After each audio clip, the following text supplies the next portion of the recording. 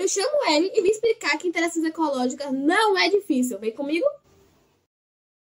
Vamos lembrar que relações harmônicas são as que beneficiam, que ninguém sai prejudicado. Já as relações desarmônicas são aquelas que ao menos um sai prejudicado. Ok? Vem comigo. São dois organismos que um depende do outro, ambos se beneficiam e não conseguem viver separadamente. Exemplo, cupins e líquens. São dois organismos que se beneficiam, mas podem viver separadamente. Exemplos, pândaro e anêmonas.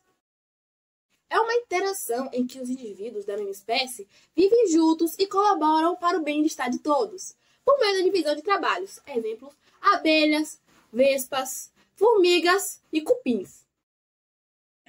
São associações entre seres da mesma espécie que vivem unidos fisicamente e se beneficiam da relação, obtendo alimento e proteção. Exemplo, corais e caravelas. É uma interação em que um ser vivo utiliza o outro como moradia, sem lhe causar danos. Exemplo, plantas epífitas. É uma relação em que uma espécie é beneficiada ao se alimentar dos restos de alimentos obtidos pela outra espécie, que não é prejudicada. Exemplo, rêmora e tubarão. Ah, Ellen, como assim?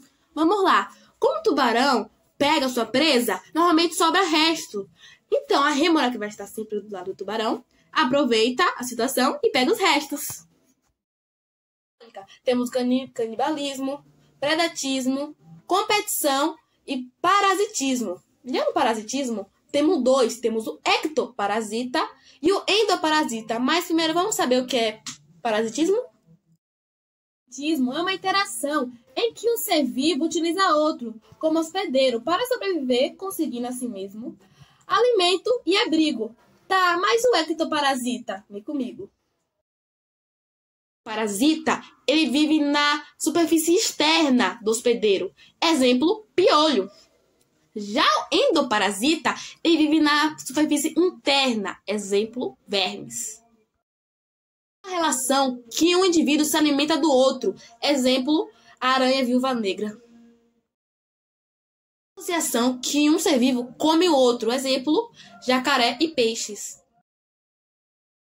É uma interação entre indivíduos de mesma espécie ou de espécies diferentes, em que os organismos competem por recursos, como alimento, território, parceiro sexual, abrigo, proteção e etc.